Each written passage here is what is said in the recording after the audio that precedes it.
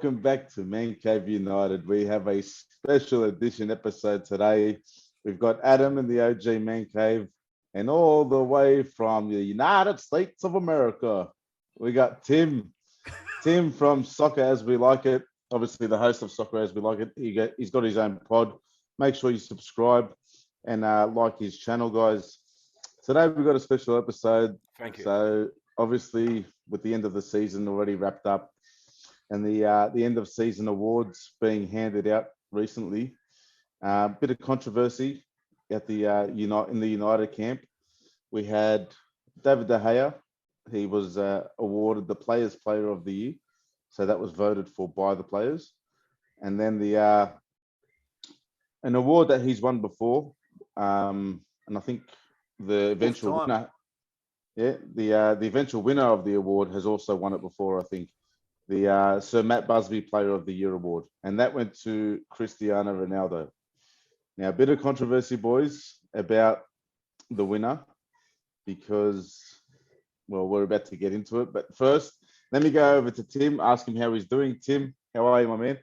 Not bad, mate. It's been an absolute good time hearing you guys. It's been a while, but we're just like family, so I'm glad to be back on the show. I appreciate it, Trevor. Yeah, It's nice. good to have you on, mate. We do miss you. Thank you, guys. Adam, how's things in the cave, mate?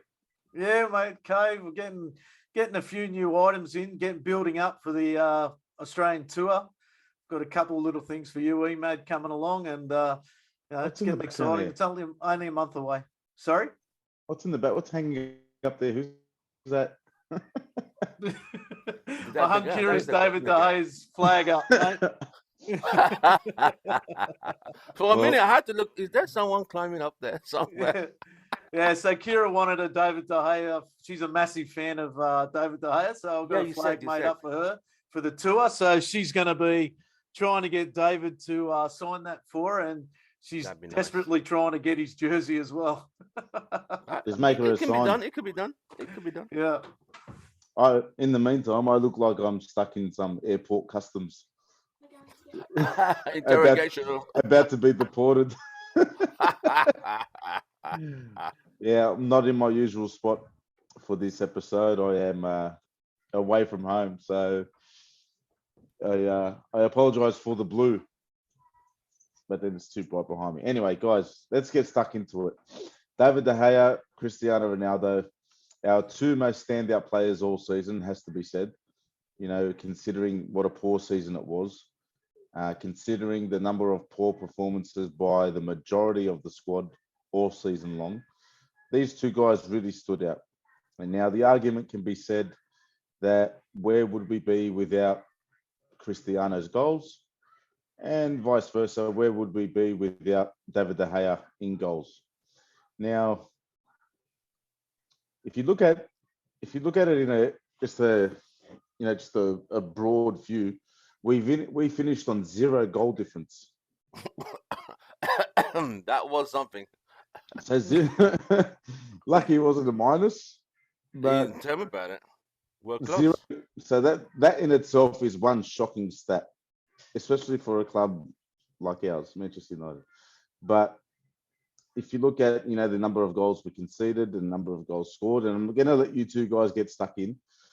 I've got my snacks ready to while you guys rumble. Look, for me personally, like, I already have my player of the year in my head. I'm not going to say who. I'm just going to let you two. We all know who it is. It's Harry. Harry Maguire. It's definitely not the other. It's definitely not another Portuguese player. I'll tell you that much. Yeah. So I think we couldn't have done without either of them this season for me, because 100%. It's been a punish of a season all year round. I'm so glad it's over. But the boys, the floor is yours. Who wants to go first? Tim, you're the guest. I'm going to let you go first. You're in Cristiano Ronaldo's corner. Let's go. Right. Well, thank you for having me back on the show. I appreciate it, guys. Really miss you guys. In such a very poor, one of the worst Premiership seasons we've had in a very long time, I would say, without De Gea, without Ronaldo, I think this team will literally be. I don't think we've been in the. I think we'd have been lower half of the table without a doubt. we conceded 56 or 57 goals, if I'm right. And Ronaldo scored 18 of those in the Premier League. But if you do overall, we couldn't have done without other. If you look at the guy, he had a very poor defense in front of him. He saved man of the. There were so many man of the match moments. Look at I remember one game, Leicester City game. We were torn apart. He single-handedly kept the score low. There's so many games. I can't even pick out my head that he was. But it's also go to the other side. If he's stopping the goals going in, you needed someone to put the ball in the net for us to run over victory. So, if you look at it statistically, Ronaldo, considering he's 37 years old, he's literally an old man. He should have retired by now. Everyone he played with in the 2008 final, they've all retired. He's still playing. For him still to be scoring 18 goals in a season behind Mo Salah and Son, it says a lot. Yeah. And a team that doesn't create a lot of chances. We don't create a lot of chances. So you could go to say, in my opinion, honest opinion, the guy was fantastically great this season. But Ronaldo getting us out of trouble when we needed it. So I'm going to go 51-49% Ronaldo. So just 2%. Yeah, that's a little bit sitting on the fence. But look, mate, my issue with our fans giving Ronaldo, and this is more what it's about for me, is our fans giving Ronaldo the Sir Matt Busby Award. But not only that, but he might as well have got man of the match before games as well, in games that he didn't even play. And look, the Ronaldo brand's huge, and I totally get 100%. it. And I'll say it again on this pod. I am not against Ronaldo. I think Ronaldo is one of the greatest players to ever play the game, and I dead set have nothing against the guy.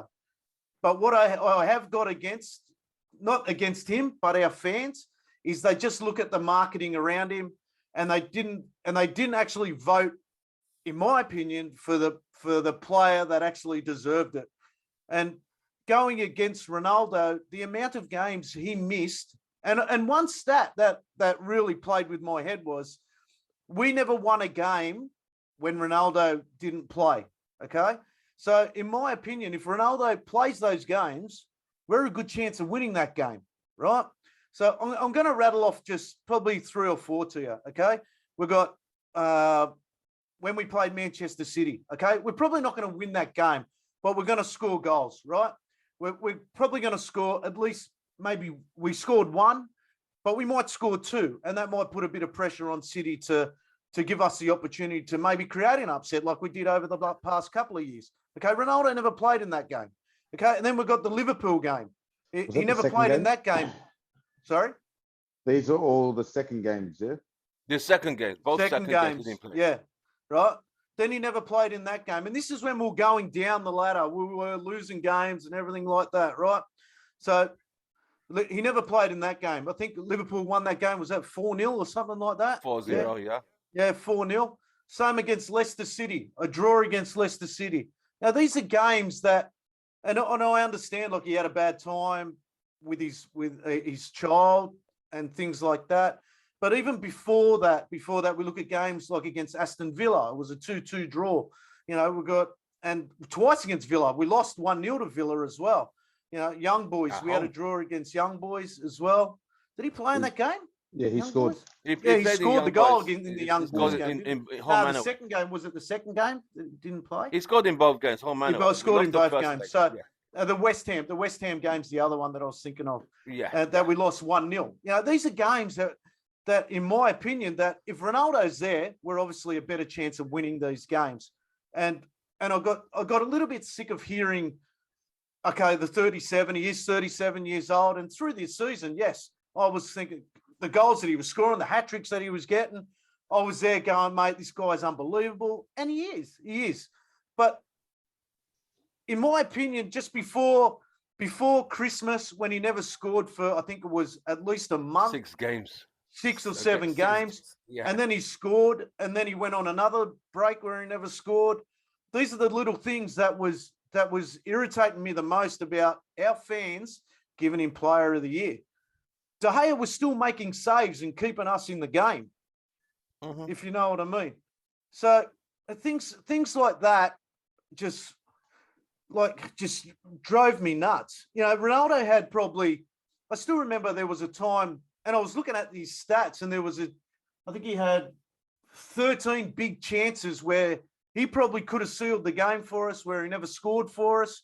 And again, I don't want to, our fans will go, well, he's 37 years old, but you put him on a pedestal, you're like he's still 18, 19, 20, 21. Without a doubt. It's his pedestal that our fans put him on that.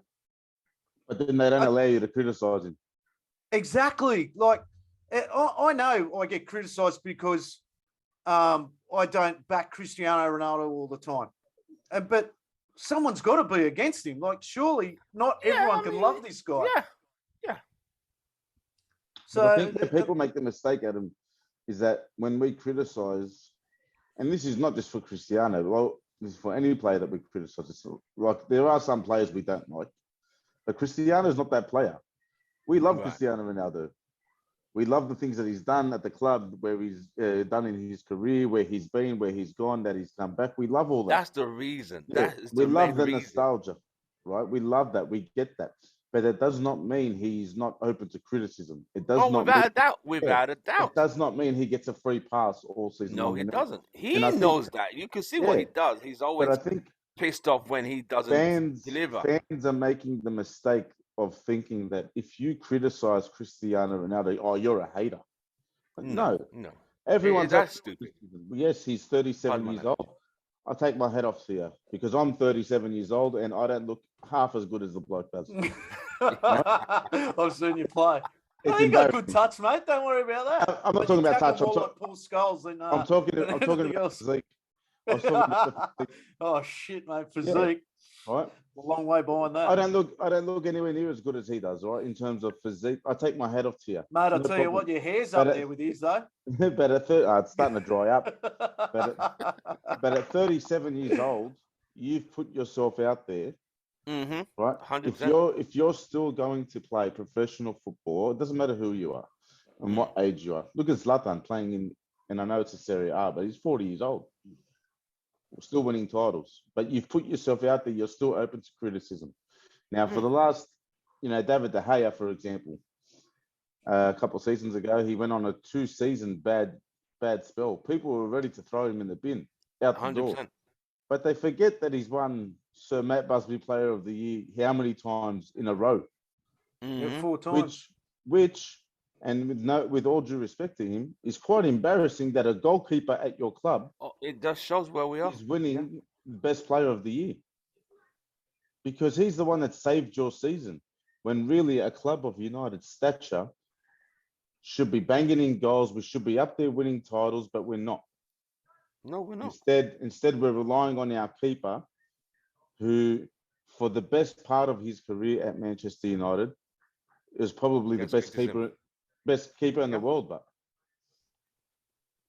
for the better part of his career at United, he's only had a couple of bad seasons this year. And just to wrap it up for myself, and I'll give it back to you guys.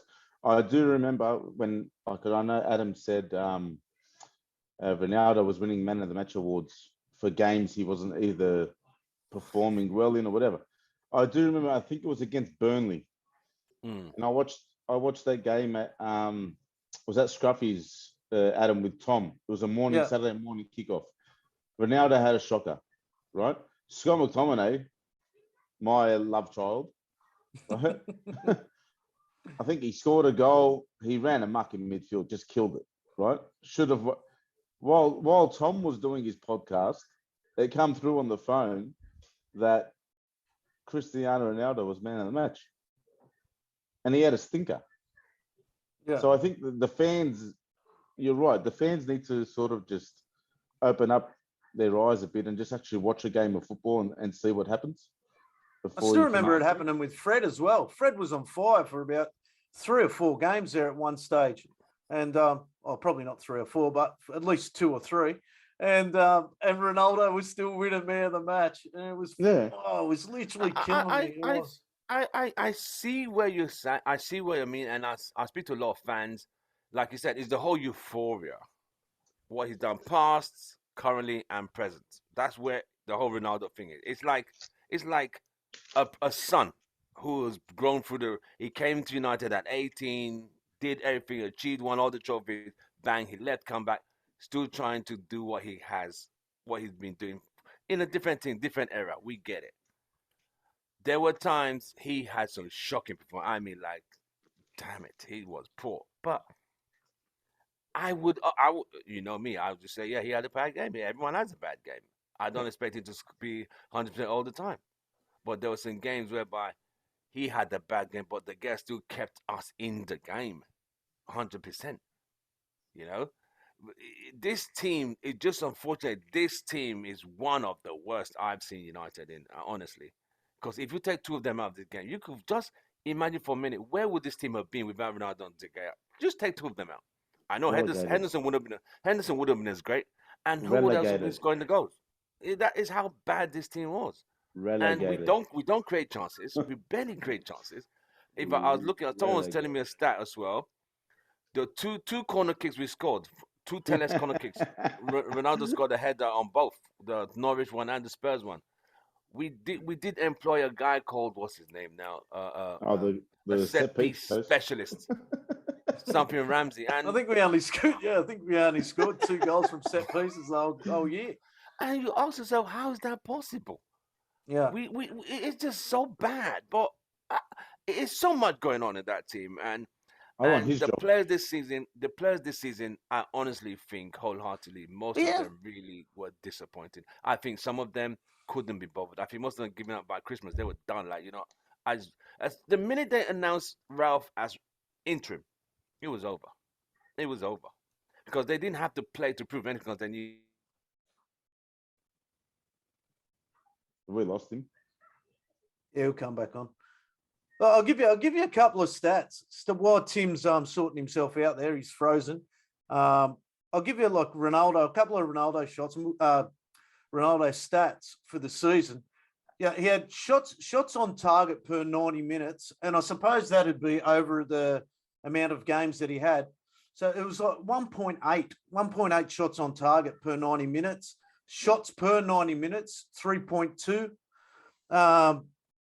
He won two penalties this season. And one of the penalties there that actually annoyed the crap out of me was one Bruno took it, and I thought Ronaldo should have stepped up and taken that one. And I think we end up losing the game.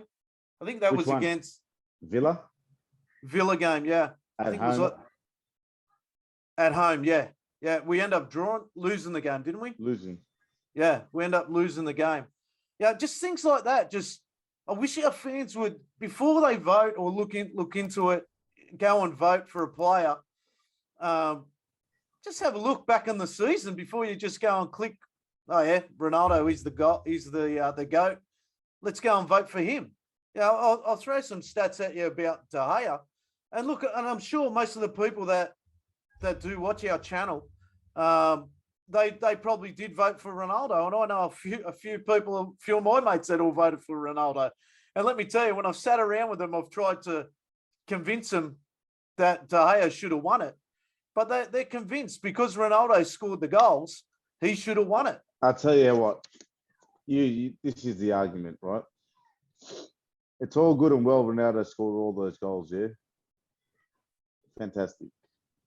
But if you're a goalkeeper and you've got those 4 donkeys standing in front of you and your job is to keep the ball out, it gets hard.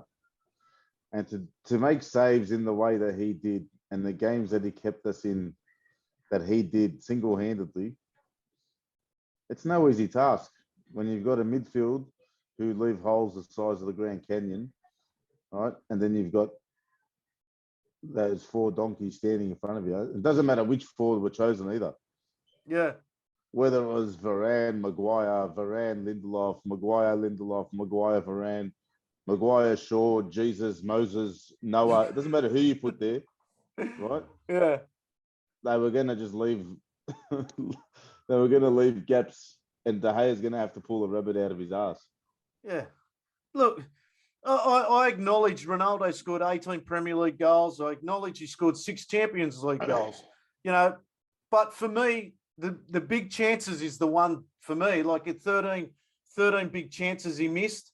And he only played, how many games did he play? Or was it 20 something games? Anyway, but you look at stats for De Gea. He had 8 clean sheets, total saves for the whole season, 128. And his save percentage was 69.2. Yeah, that's huge for a whole season. And he didn't miss one Premier League game. He didn't miss one. He played the whole season. Goals conceded per 90. You can't blame him for that. Like, he's going to cop goals. 3.4. What a stat. That's a reflection on the team. That 3.4 goals. That's crazy. Now, we talk about his long balls and stuff like that. Mate, I think that is a myth. His accurate long ball was 116. He had 116 accurate long balls. So, that's a great stat. People forget De Gea saved 3 penalties in a row. It's just things like that just annoy the absolute shit out of me that people, don't go and see. Yeah, look, I agree that he copped 57. He conceded 57 goals. I have a red flag there, right? Yeah.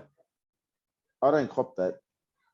I can't cop that saying he conceded 57 goals. That's right. I'm with you. Yeah. Because there's 10 other players in front of him. The ball. That's right. Yeah. That's just Tim's back. Yeah. So can you hear me? Yeah, mate, we can hear you loud and clear. So you ask yourself, 57 is a lot of goals. I tell you, it's a lot of goals. That's a relegation stat. Yeah. 57 goals is a lot. We're just talking about while you're away. We're just talking about De Gea, his save percentage. His save percentage for this season was 69.2%. Which is high. That is humongous, man, for a goalkeeper. Yeah, it is. It's literally doing all the work, mate. This is my point about always being on De Gea's side about winning the players, the fans, the Sir Matt Busby Award. It's crazy that our fans don't see that, and those kind of stats are phenomenal. That you don't get keepers making that many saves in a season. It's ridiculous. Total saves 128. I'll repeat it because that is huge, man. That's huge. Saves per 90, 3.4. So he's making 3 good saves, nearly 4 good saves a game. That's a lot. That's huge, man. That is huge. So if you calculate over 38 game per he played 38 games. He never missed a Premier League game. And considered 57. So 38 games considered 57. You see, I know it looks bad, but you got to say, it just shows how bad the defense was. So you could think that if he wasn't as good as he is, we probably would have considered about 70 easily, if not 80. That is how bad the defense was. And like I said, he was immense. If you take the Degea out, because I know Henderson, people say, oh, Henderson's better. How he's not. They say, oh, he's more vocal. And I even saw this comparison recently that Courtois, the Real Madrid keeper, is a better keeper than David De Gea. Okay, but he plays with a team that's a bit better than United. De Gea is literally single-handedly saving that defense, because the defense sometimes they don't even exist, and he's literally the defenders and the goalkeeper at the same time. Here's one for you. Burnley relegated 17th position. Yeah. How many goals they conceded? They conceded 4 goals less. See what I mean? This is what I'm saying.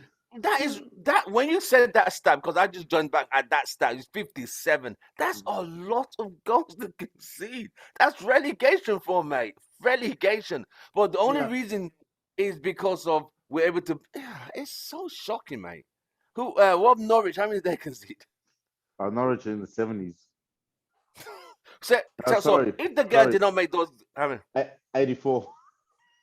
84. Shit. Yeah.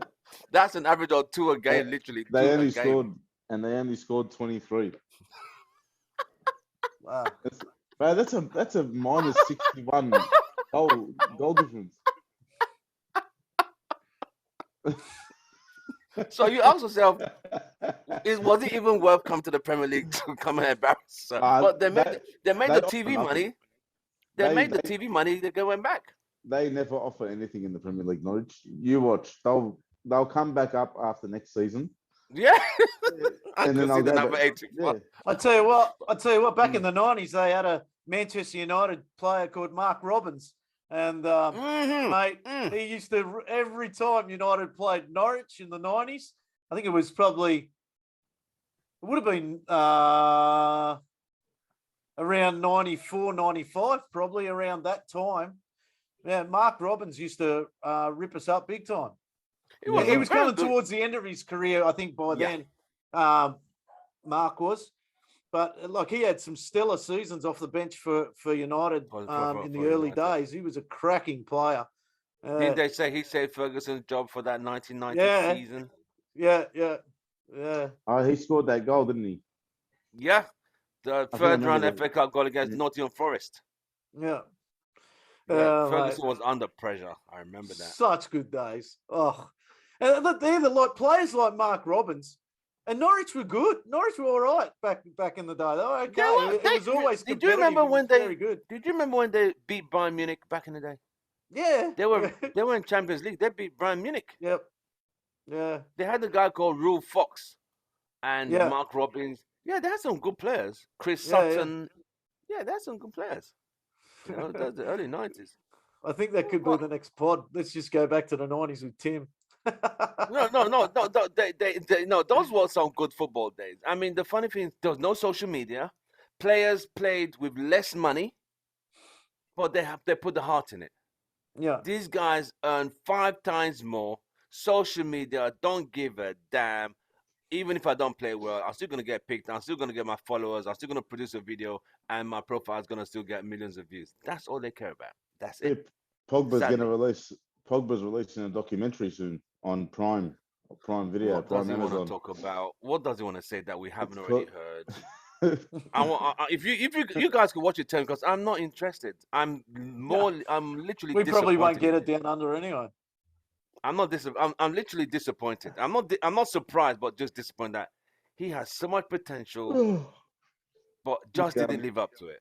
People say he played in a very poor team for 5 years. Come on, mate. Come on. I just feel sometimes his heart wasn't in it. I laugh at his transfer. I still can't stop laughing at his transfer. We let him go for free. We bought him, and look, I hope I've convinced. I know we've just dropped on Pogba here, and we'll probably change the subject now from De Gea and Ronaldo. But me personally, I hope I've changed Tim's mind about De Gea should have been getting the Sir Matt Busby Award, and I hope I've changed other people's award. I'm wearing my De Gea keeper jersey at the moment. I think it's wearing you, mate. Yeah, he did. Let me tell you, I bought it for Kira, and I dead set put it on, and I was squeezing it. Yeah, I think it's coming off. Like I said, you do know globally in football, goals win games, right? We know that fact. Goals win games. Someone's got to put the ball in there. We know that. Saves win your matches. 100%. You need one for the other. We need one for the other, right? But in this particular season, where we couldn't defend, we couldn't create. So look at it. The guy on this side, Ronaldo on this side. No defenders, no creators. So they literally single-handedly had to do what they needed to do individually to save United. That was it. That's why I said 51-49. You know what? No. Yeah, I'll stick with 51-49.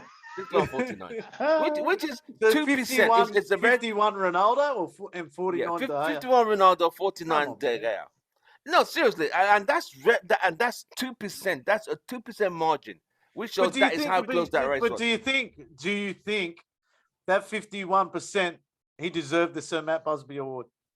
This is a prestigious award, man. I mean, this award is won by. Did he win it back in the day? Yeah, he won it 3 times back in the day. Yeah. Back in the day, he won it for the 4th time, equaling De Gea. I didn't know he had won it previously that many times. I didn't even know that. Yeah. I mean, I think also, I was talking to a few United fans. They looked at like Champions League.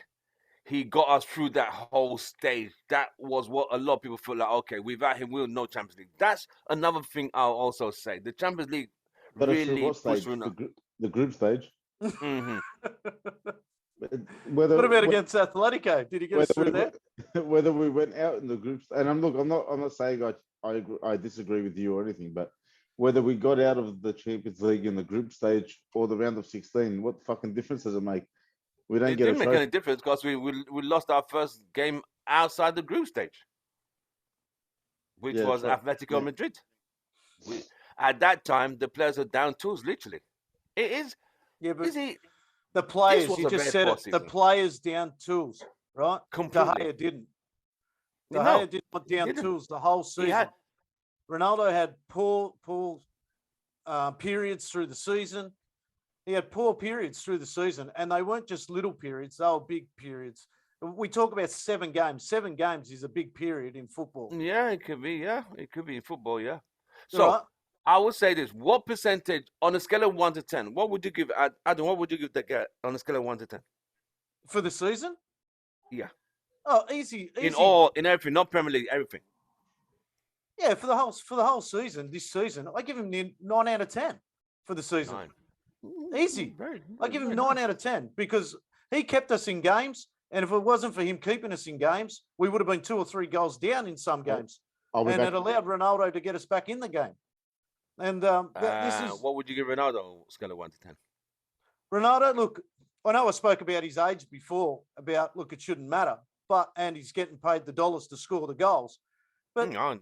I'm being that he had the poor periods and things like that, and he left us hanging in games where he didn't play, and things like that. Look, I know Ollie put him on the bench a couple of times, and things like that, where he tried to manage him a little bit.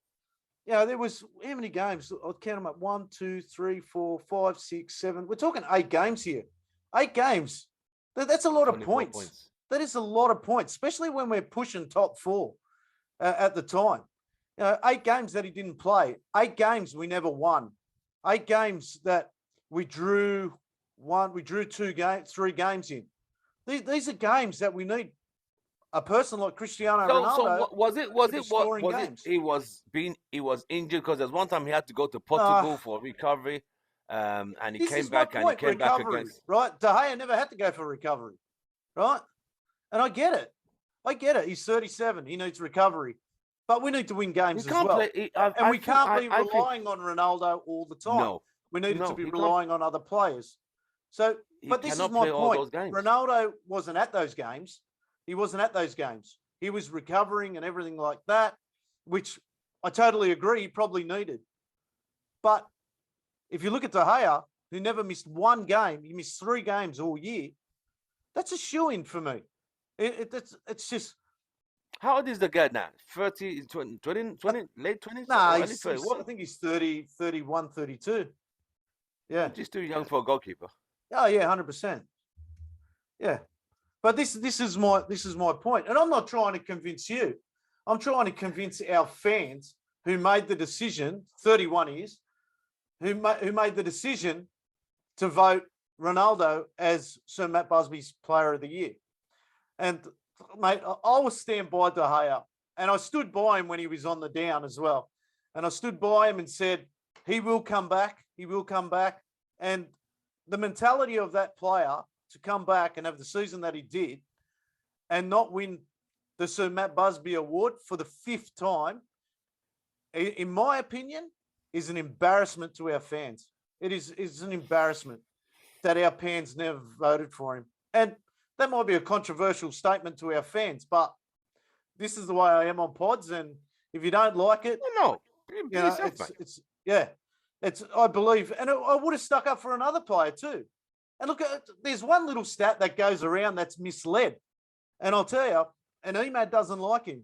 Bruno ended up with the most assists, I think, nearly out of the whole Premier League, which I found quite strange.